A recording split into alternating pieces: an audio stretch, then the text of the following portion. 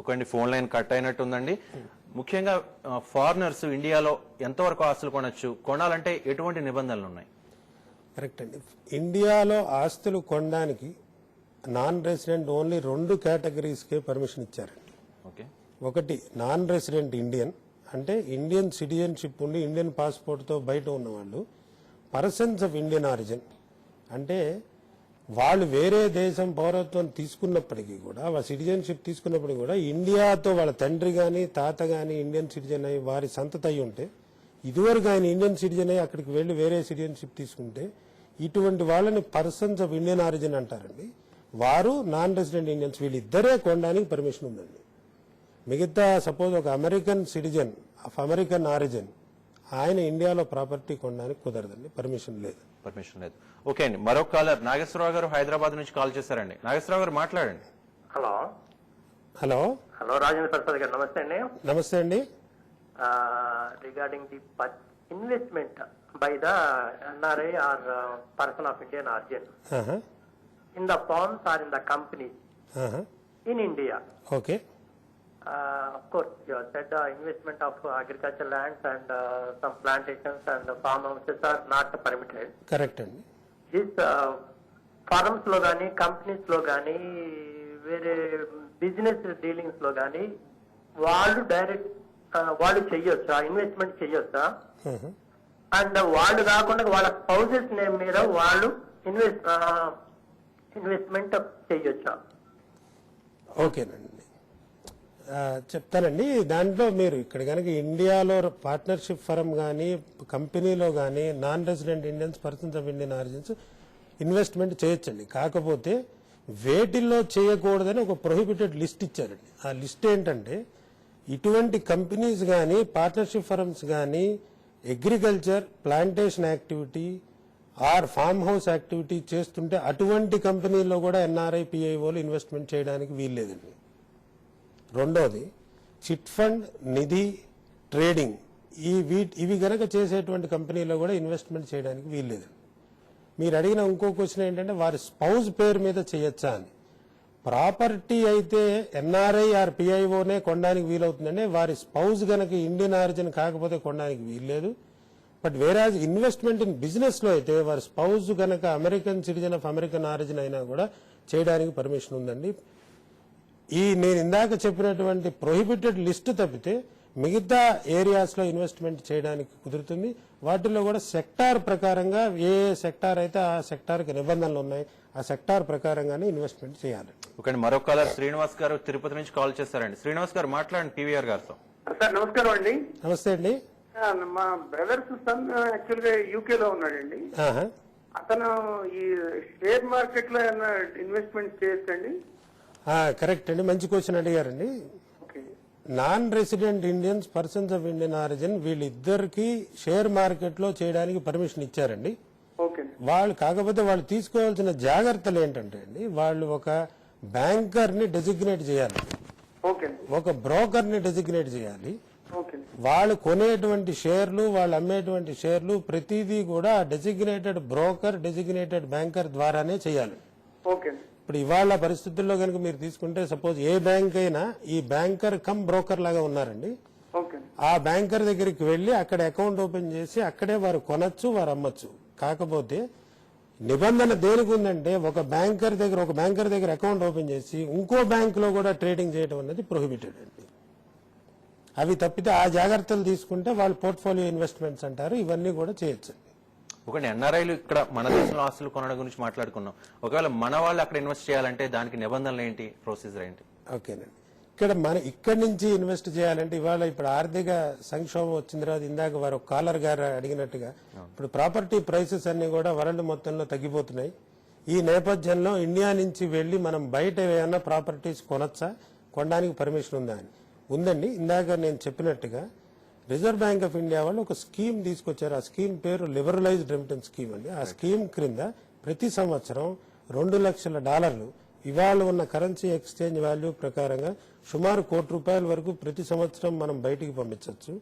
ఆ పంపించినటువంటి అమౌంట్ ని మనం ప్రాపర్టీస్ కొనొచ్చు, లేదా బ్యాంక్ అకౌంట్ ఓపెన్ చేసి అక్కడ బ్యాంక్ అకౌంట్ లో పెట్టుకోవచ్చు, లేదా షేర్స్ కొనొచ్చు. కాకపోతే మార్జిన్ ట్రేడింగ్ మాత్రం చేయడానికి వీల్లేదండి. ఓకే అండి, మరో కాలర్ రమేష్ వరంగల్ నుంచి ఫోన్ లైన్ లో సిద్ధంగా ఉన్నారు. రమేష్ గారు మాట్లాడండి. నమస్కారం సార్. నమస్తే అండి. సార్, యుఎస్ నుంచి గోల్డ్ ఎంత తీసుకురావచ్చు మనం అనేది? గోల్డ్ మీరు ఎంత తీసుకొచ్చినా సరే మీరు కస్టమ్స్ దగ్గర డిక్లరేషన్ చేయాలండి. ఎంత డిక్లరేషన్ చేస్తే వాళ్ళు ఆ రోజున డ్యూటీ వాల్యూని బట్టి ప్రతి గ్రాముకి వాళ్ళు 250 రూపాయల నుంచి 150 నుంచి 250 రూపాయల వరకు వాళ్ళు వేస్తారు డ్యూటీ. ఆ డ్యూటీ ఎంత తీసుకురావచ్చు సార్? ఎంత అదే మీరు ఎంత తీసుకొచ్చినా తీసుకురావచ్చండి, దాని మీద డ్యూటీ కట్టాలండి. ఇంతే తీసుకురావాలని నిబంధన ఏం లేదండి. అంటే మన వాళ్ళు ఎక్కువగా అది మీరు కనుక ఎయిర్పోర్ట్ లో దిగంగానే మీరు గ్రీన్ ఛానల్లో బయటకు వచ్చేయకుండా రెడ్ ఛానల్లోకి వెళ్లి ఇట్లా గోల్డ్ తీసుకొచ్చామని డిక్లరేషన్ చేయాలండి. డిక్లరేషన్ చేసి వారికి చెప్తే వాళ్ళు గోల్డ్ అంతా వెయ్యి చేసి దాని మీద వచ్చిన డ్యూటీని క్యాలిక్యులేట్ చేసి చెప్తారండి. ఆ డ్యూటీ కట్టిన తర్వాత మీరు ఎటువంటి ఇబ్బంది లేకుండా అది తీసుకుని రావచ్చండి లోపల. ముఖ్యంగా మన వాళ్ళు దుబాయ్ నుంచి అది ఎక్కువగా గోల్డ్ అది గోల్డ్ అది తీసుకొస్తారండి. అక్కడ చేయవలసిన మీరు ఇక్కడ నుంచి కనుక గోల్డ్ వేసుకుని దుబాయ్ వెళ్తుంటే ఆ వేసుకుని వెళ్లేటప్పుడు అక్కడ కస్టమ్స్ లో డిక్లేర్ చేసి ఇంత గోల్డ్ తీసుకెళ్తున్నానని చెప్పాలండి. చెప్తే మీరు మళ్ళీ వెనక్కి వచ్చినప్పుడు మీ గోల్డ్ మీదే మళ్ళీ మీకు డ్యూటీ పడకుండా ఉంటుంది. ఓకే అండి, thank you very much Rajendra Prasad గారు. కార్పొరేట్ ప్రపంచానికి అత్యంత కీలకమైన ఫెమా యాక్ట్ గురించిన వివరాలు అందించినందుకు థ్యాంక్ యూ అండి. ఇది బులెటిన్ విశేషాలు. మరో బులెటిన్ లో మరిన్ని అప్డేట్స్ తో మళ్ళీ కలుద్దాం. Keep watching I news on your side.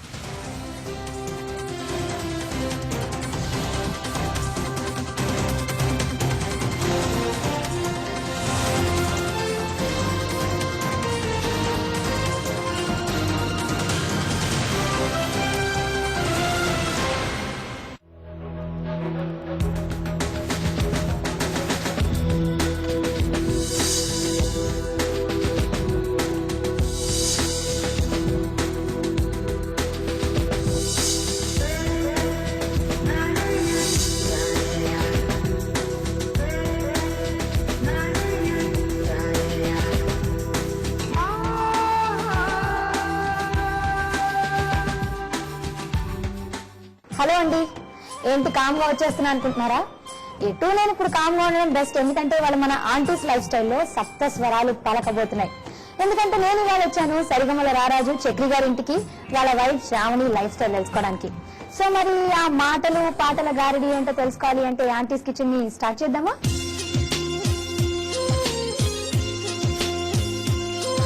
Door knock చేయగానే ఏమొస్తాయండి?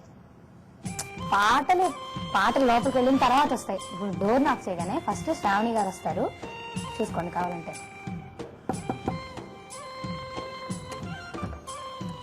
చెప్పానా? Hi, how are you? Thank you so much.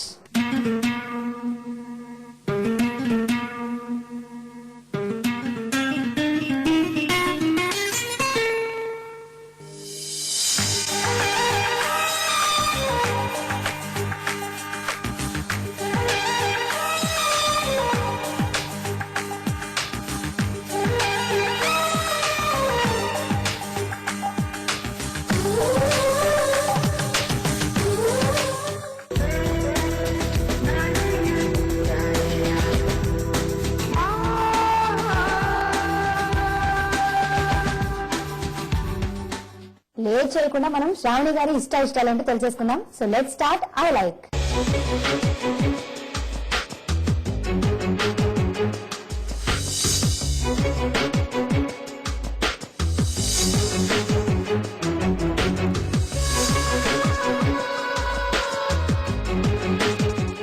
Shravani garu మీ చైల్డ్హుడ్ డేస్ గురించి చెప్పండి. పుట్టి పెరిగినంత బోనల్ బ్యాటప్ కొత్తగూడెం, ఖమ్మం డిస్ట్రిక్ట్. డాడీ సింగరంలో జాబ్ చేస్తారు, తమ్ముడు ఒక బ్రదర్. చదివింది saint Joseph high school Kothagudem, schooling అంతా. ఇంటర్ వచ్చేసరికి విజయవాడ అండ్ ఇంజనీరింగ్ గోదావరికని. అగైన్ డాడీ వాళ్ళకి ట్రాన్స్ఫర్ అయిన తర్వాత. దెన్ ఫ్రెండ్స్ గురించి చెప్పండి. ఫ్రెండ్స్ ఎంతమంది ఉండేవారు? దివ్య అని బెస్ట్ ఫ్రెండ్ ఉంది. ఫ్రెండ్స్ తో పాటు ఎలా ఎంజాయ్ చేశారు? బాగా బాగా. సో ఇంట్లో ఏం చేస్తుంటారు ఖాళీ సమయంలో? హాబీస్ ఎక్కువ సిస్టమ్ ఉంటాను. అప్పుడప్పుడు మోసినప్పుడు ఎంబోస్ పెయింటింగ్ ఒకటి చేస్తాను అంతే. సో చిన్నది నుంచి ఒక క్వశ్చన్ అడుగుదాం అనుకుంటున్నాను, తట్టుకోలేకపోతున్నా ఇంకా. ఇంత అందంగా ఉన్నారు, మీ బ్యూటీ సీక్రెట్ ఏంటి అసలు? ఏం లేదు. ఏదో ఉంటుంది, ఇంత అందంగా ఉన్నారంటే డైట్ పరంగానో లేకపోతే బయట కానీ ఏదో ఒకటి ఉంటుంది. ఏం లేదు. బాన్ విత్ బ్యూటీ అంటే మనంతా ఒకే కదండి, మనం అవుతుంది. చెప్పండి, నాకు చెప్పండి, చాలా చెప్పండి. ఏం లేదు, నిజంగానే అసలు ఏం లేదు, అలాంటిది ఏం లేదు.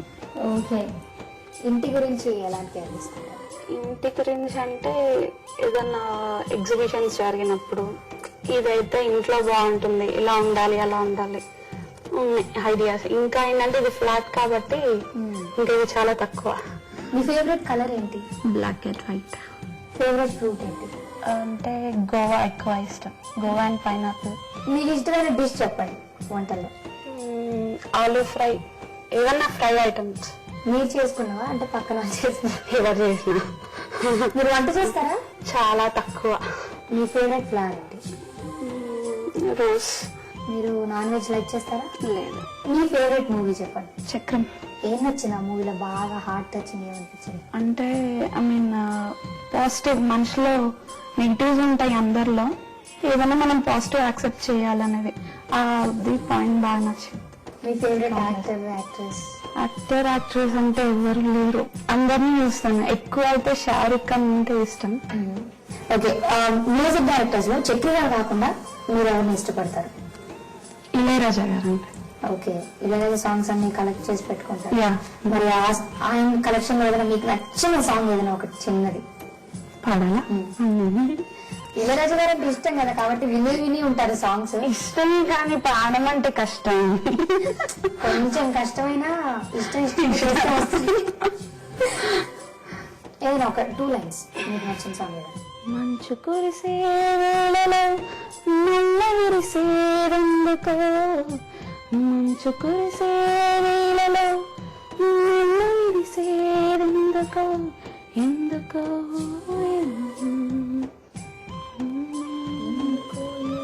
ఎందుకో ఎవరిదో ఎందుకో.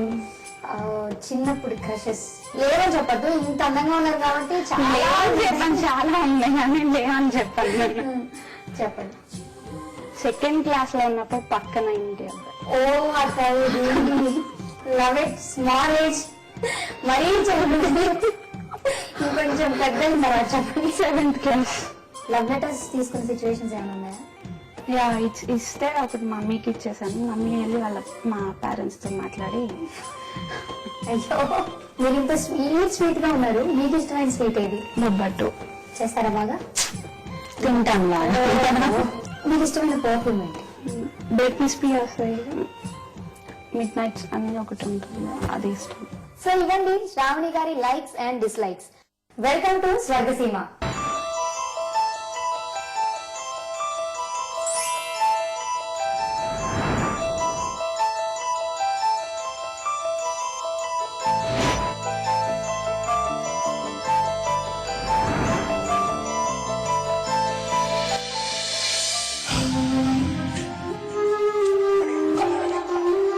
గారు, మీ ఇల్లు చాలా బాగుందండి, మీలాగే బ్యూటిఫుల్ గా ఉంది.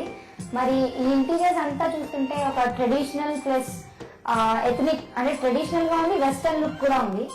ఎక్కడ కొంటారు ఈ ఇంటీరియర్స్ అంతా? ఈ ఇంటీరియర్ చేయించిందంతా ఆయన టేస్ట్ ప్రకారంగా, తీసుకొచ్చింది కూడా ఆయన. స్టార్టింగ్ లైఫ్ స్టైల్ నుంచి కొన్ని ఐటమ్స్ అందులో నేను ఆయనకు ప్రెజెంట్ చేసినవి ఉన్నాయి.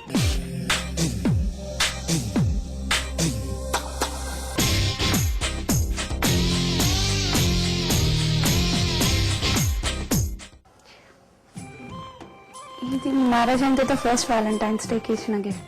Okay, it's made up of sand stone.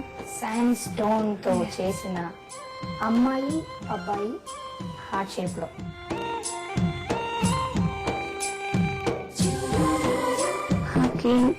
ఇది న్యూ ఇయర్ కి ఇచ్చిన గిఫ్ట్.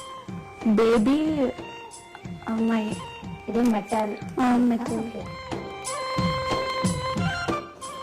ఇంకా ఇది ఎంతో సెంట్రల్ లో, ఇది కూడా గ్లాస్ మొత్తం. It's made up of glass. Glass flowers. Yeah. Okay,